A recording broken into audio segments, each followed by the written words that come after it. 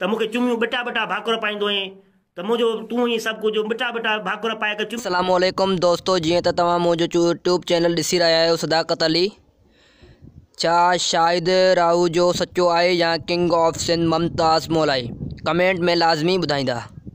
अचो तलूं वीडियो जे तरफ़। शख़्सियत ते पर मूंखे गार गंद मिली मुनवर खे मोलाई उहो भाटियो थी उन जेकर चए थो मुंहिंजो भाटियो आहे उनखे गारियूं मिली उनजे लाइ लफ़्ज़ त तूं हिकिड़ो कान ॻाल्हायो।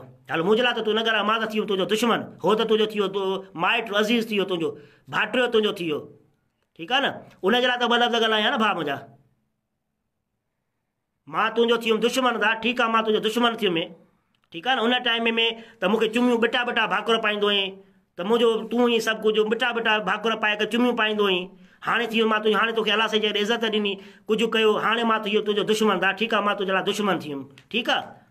हाणे मुंहिंजे लाइ तूं न करे हुनजे लाइ लफ़्ज़ ॿ ॻाल्हायां न, तंहिंजे लाइ त तोखे गारियूं असांखे गारियूं मिली तूं ख़ुशि थिए न भाउ मुंहिंजा।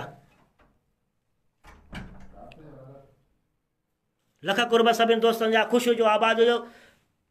इंशा अल्लाह ताला मां पंहिंजी इज़त जो हरजानो जेको आहे मां कोर्ट में खणी ईंदुसि, उते मां केस उते जेको आहे त कंदुसि, दाख़िल कराईंदुसि केस उते। इंशा अल्लाह ताला जेको बि तूं मूंखे घटि वधि ॻाल्हायो, गारियूं कढियूं आहिनि, जा मुंहिंजो एल्बम तूं ॿी कंपनीअ में ॾिनो आहे, उनजो हिसाबु किताबु इंशा अल्लाह ताला, मां ग़रीब आहियां, मां पंहिंजो कानूनी तौरु कमु कंदुसि।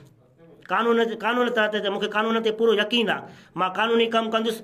उहो इंशा अल्लाह ताला उते पोइ वधीक राब्तो कंदासीं, उते मुलाक़ात कंदासीं। लख कुर्ब सभु सॼी सिंध वारनि जा। अलाह पाक तव्हांखे ख़ुशि रखे, ख़ुशि हुजो, आबाद हुजो, सिंध सलामत, सा सलामत, या अली मदद।